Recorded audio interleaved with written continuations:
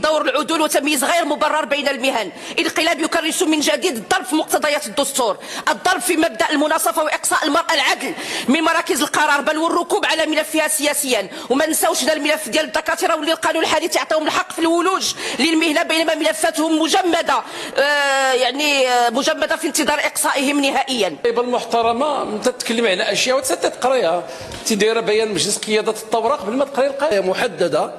المغاربة كيتسناو أجوبة محددة. هاد الأساليب هذه بلا ما نوصفها ماشي مقبولة ومخلة بواجب الاحترام المطلوب ما بين المؤسسات. شكرا.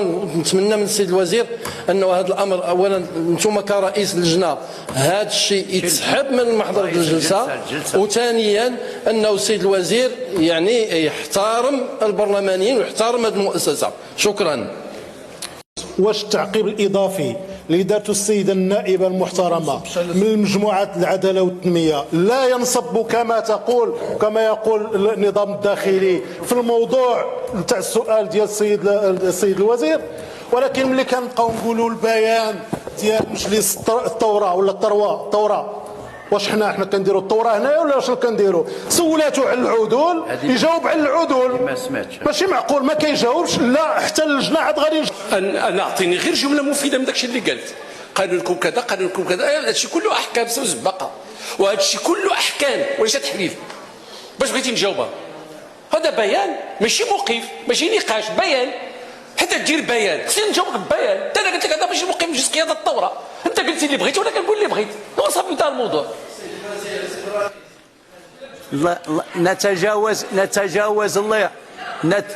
نتجاوز انتم قلتم ان صب تعقيبها الاضافي على مضمون الجواب ديالكم اللي كان خاوي، هربتوا للمشروع القانون اللي يلاه غتجيبوه للجنه.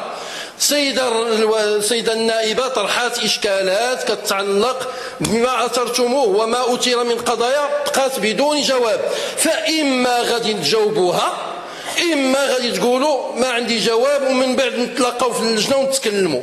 ماشي معقول هذا مجلس الثوره. شنو الثوره ديالاش؟ علاش؟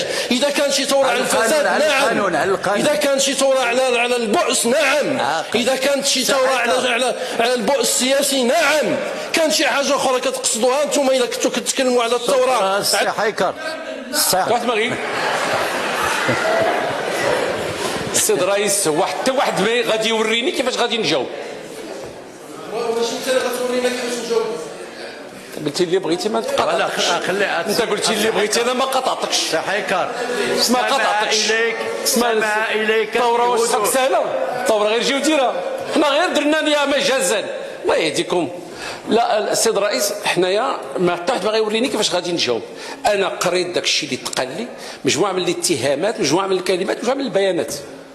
ما تطرق للموضوع ما كذا. هذا الشيء ديال العدول ناقشناه قلنا راه مشى للجنه احتراما لعدم توجيه اللجنه، قلنا هي تبت في هذا الموضوع لانه احيل. صافي راه احيل، ما دام احيل خصو يمشي للجنه.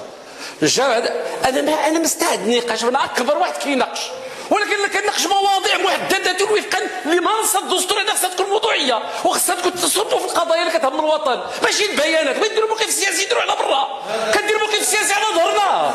زعما غير جيو دوز حنا ساكتين تنقولوا غادي تطور النقاش السياسي يلاه كيرجع له. هادشي باش غنمشيو للانتخابات ديال البيانات ديال قياده مجلس الثوره. سمحوا لي ما تزيدش عليا حد. عاوتاني بيان ديال تعقيب السيد الرئيس. حيكر وراه ثلاثه هادو. شوف انا ما غنبقاش هنا، هادو ثلاثه. حيكر اسمع لي نقول لك انا بعدا، نقول لك انا اسمع وغير اسمع. ما دارش في تاريخ هذه المؤسسه عندنا عضو منها يدير ثلاثه ديال نقاط نظام. ايوا خليوها شي شويه واعطيناكم الله يجعل البركه. صافي السي حيكر اعتبرني انا هذه اعتبرني انا شوف اعتبرني انا وما غنعطيكش، ما غادي نعطيكش فوق ثلاثه ديال التعقيبات، ما غادي نعطيكش ثلاثه هادو. لا وهي غنوليو دابا نوليو حديث ثنائي، غنوليو حديث ثنائي. سي حيكر ما تزدمش عليا، ما غنعطيكش، انا ما عطيكش. الا ما عطيتكش نطبق عليك القانون، غنطبق عليك القانون. التنبيه الاول. ثالث سيد العون يجب ابعاده من القاعه.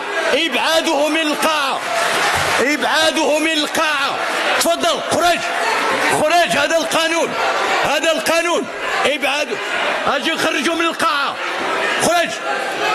هذا القانون اللي كنطبق، يجب ابعاده من القاعه. غنرفع الجلسه وغادي نطبقوا عليك اكثر من هذا. غادي نرفع. ما كتحترموش، وانتم ما كتحترموه حتى واحد ما كتحترموه، حتى واحد ما كتحترموه كما درنا لكم. حتى واحد اتغوت من حقي انا اللي كنطلعت هنا، وهذا من حقي ومن حقي. والعوان يجب ابعاده من القاعه. تفضل. السيد الرئيس إلا سمحت السيد الصمد. السيد الصمد وهو راه دار 3 الله يهديك.